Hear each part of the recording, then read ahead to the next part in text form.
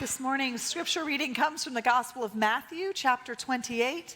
And if you'd like to follow along with the text, you're invited to do so as the words are printed in your bulletins.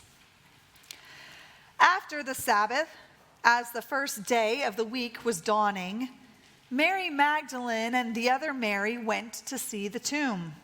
And suddenly there was a great earthquake, and the angel of the Lord descending from heaven came and rolled back the stone and sat on it.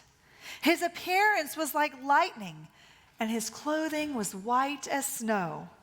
For fear of him, the guards shook and became like dead men. But the angel said to the women, "Do not be afraid, for I know that you are looking for Jesus who was crucified. He is not here, for he has been raised as he said. Come, see the place where he lay, and then go quickly and tell his disciples. He has been raised from the dead, and indeed he is going ahead of you to Galilee, and there you will see him. This is my message for you." So they left the tomb quickly with fear and great joy, and ran to tell his disciples.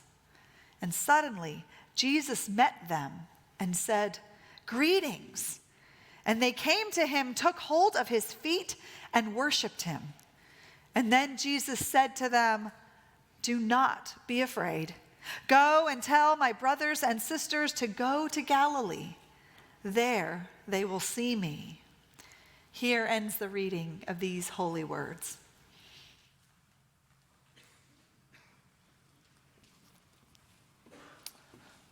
It turns out to be a good parent, a really good parent, you need to go to parent-teacher conferences. I learned this with our first son. We wanted to do that. He had a kindergarten parent-teacher conference. We sat in the kindergarten room in those little bitty chairs at the little bitty table with a relatively small little bitty teacher, actually. And she started to go through the things that he did well. And she shared such nice things. He could read a little bit. He could play well with others. He could do all these things. And she was giving us good news.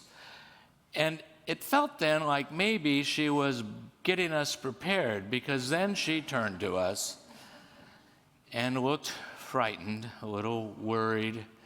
She said, "Well, there is one problem he has. He doesn't skip at the right level." We looked at her. Skip? There's a grade level at skipping? He was 2 or 3 grade levels behind in his skipping?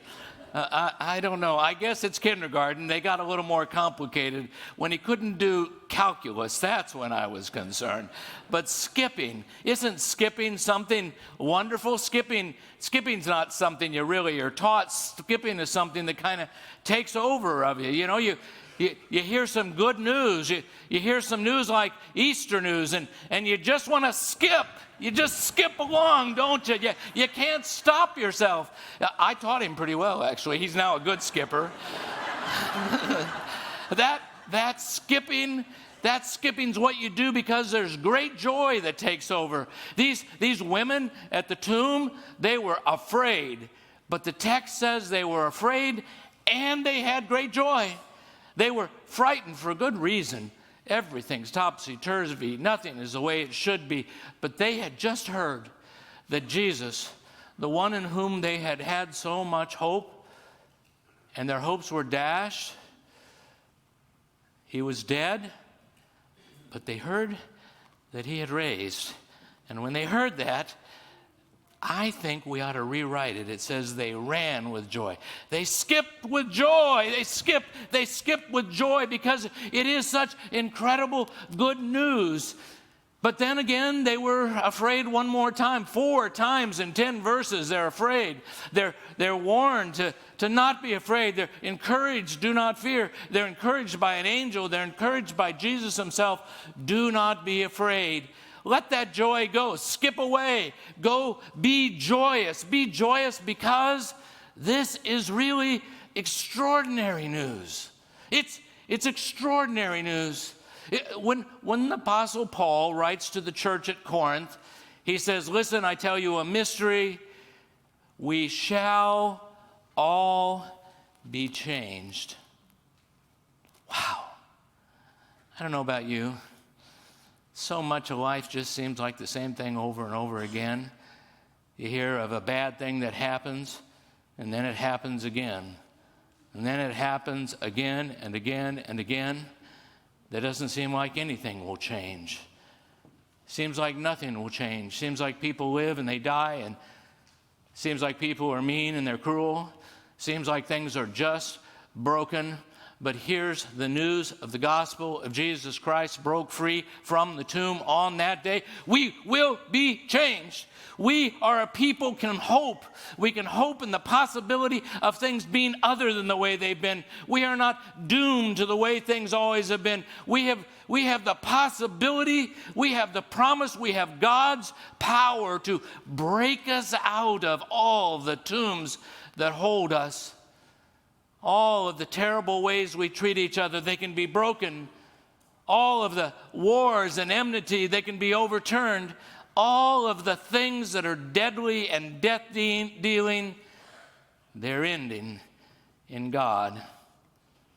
So the thing to be afraid of is that when you express that joy, people are going to think you're crazy. But here's what I suggest. I suggest that you do not fear. Do not fear.